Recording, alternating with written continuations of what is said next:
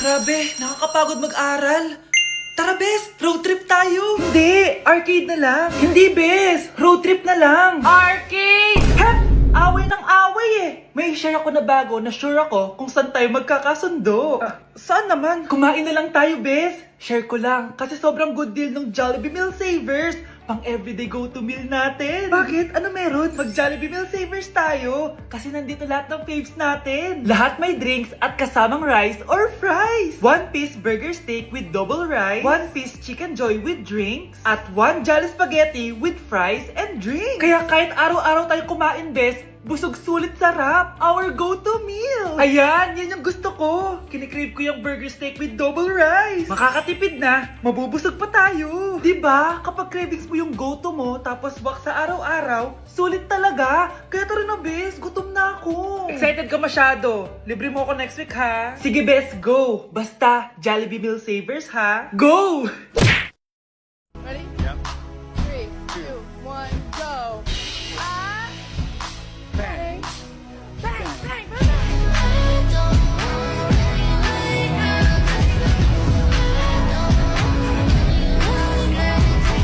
Gusto ko lang maging malinaw sa inyo na dito sa klase ko, ako ang nasusunod. Naintindihan? Ma'am, ito po yung assignment ko. Anong klaseng assignment to? Parang ginawa lang ng bata. Mababa lang grades mo dito, ah. Pinaghirapan ko yung assignment na yun. Sino ang pambansang bayani natin? Ma'am, Scarlett. Ang pambansang bayani natin ay si... Ops! Napakabagal mo sumagot. Ang pambansang bayani natin. Straight to the point ang kailangan ko sagot. Ayusin yung sumagot, ha? Hindi na kayo elementary. Opo, ma'am. Pinayagan ba kita kumain sa loob ng klase ko? Ma'am. Akin na yan.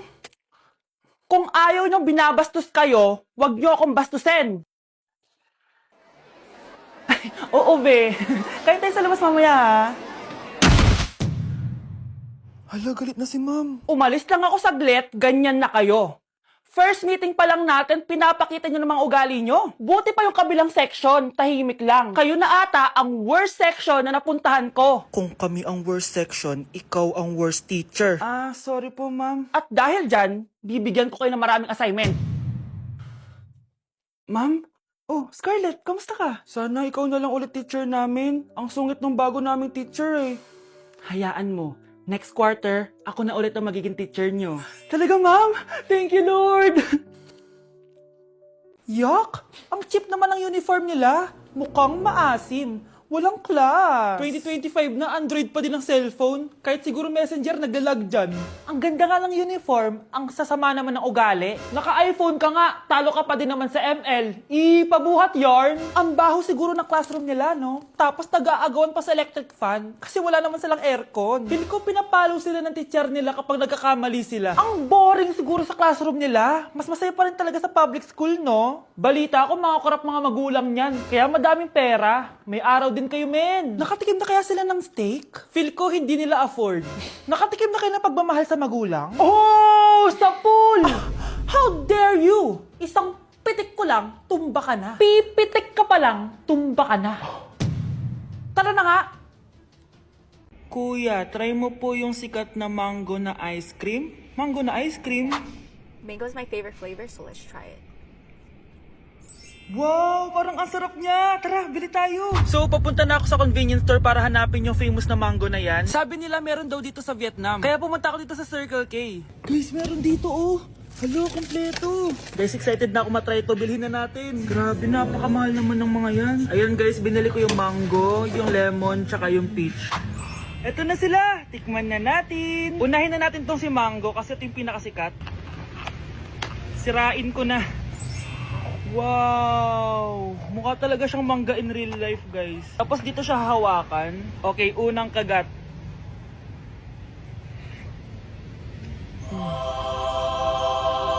Ang sarap niya! Lasa talaga siyang mangga, promise, na may konting gatas. Medyo maasim din siya na onte. 10 out of 10 to sa akin, guys. Okay, next naman itong peach. Mukha siyang puwet ng bata, oh. Okay, kagatin na natin. Ang nostalgic ng lasa niya. Nangingilo ako guys, sobrang lamig. Parang sarap niya, hindi siya sobrang asim, hindi rin siya sobrang tamis. Like, sobrang sakto lang talaga. For me, 9.5 out of 10 to. Okay, last, etong lemon. Wow, mukha talaga siyang lemon, no? Okay, unang kagat. Ba't parang wala siyang lasa? Tapos, hindi rin siya lasang lemon. Parang ice cream na wala lasang wala. Wala akong nadalasahan. Alam ba kami sakit na ako. 2 out of 10 lang to sa akin kasi hindi niya ako na-satisfy. For me, masarap naman sila kaya itry nyo guys. At kung may gusto pa kayo ipatry sa akin, itatry natin yan. So comment lang kayo guys. Bye!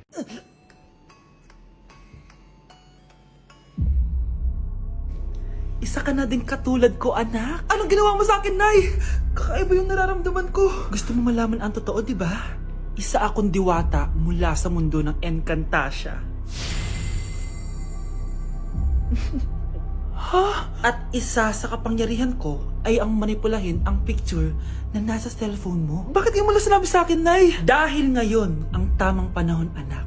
At nasa katawan mo na ang kapangyarihan na para sa'yo. Pero, paano ko malalaman kung ano yung kapangyarihan ko? Ikaw ang tutuklas niyan, anak. Ano kaya magiging kapangyarihan ko? Baka nagiging invisible ako.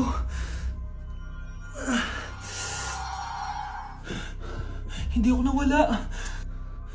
Baka kaya ko magpalutang ng gamit.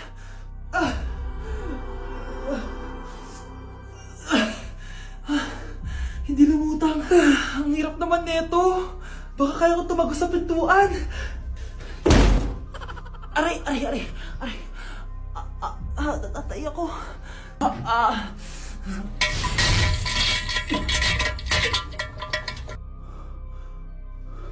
Ano yun?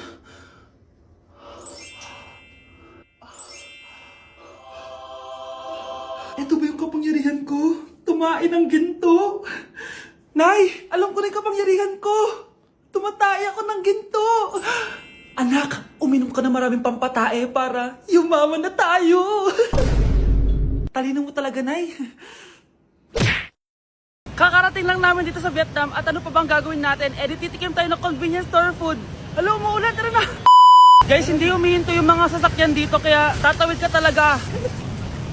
Update guys, buhay pa ako at hulaan nyo kung nasan ako. O diba, walang ganyan sa Pilipinas. First time namin dito sa Vietnam. Kaya naman excited ako kung ano ba meron dito sa convenience store nila. Kita nyo naman, ang dami din choices dito. Guys, may paanong manok dito oh. Check out natin to. Guys, parang asarap na tong Nutella banana oh. Guys, tignan nyo hotdog dito oh. Kinakain daw to ng hello kaya i-check out na natin to. Tignan nyo yung mga drinks nila dito, parang lalagyan na lang ng ice. Parang masarap to guys oh, tong kulay ube. Hala guys, may Vietnamese oh. Sarap! Check out ko din yan. Grabe, bakit ang mahal? 345,000? Tikman na natin. Una natin tong Nutella banana. Guys, tignan nyo. Masarap siya. Bilhin nyo to guys. 10 out of 10. Next natin tong Thai chili paste and chicken floss. Let's go. Medyo malansa siya guys. Pati nasa loob niya. Sarap. 10 out of 10 din to guys. So ito daw. Tignan natin. Puro laman. Oo nga. Sobrang sarap, walang eme. Sarap. Ano naman ito, pusa? Sorry. Oh, ay. Ala, sarap nito!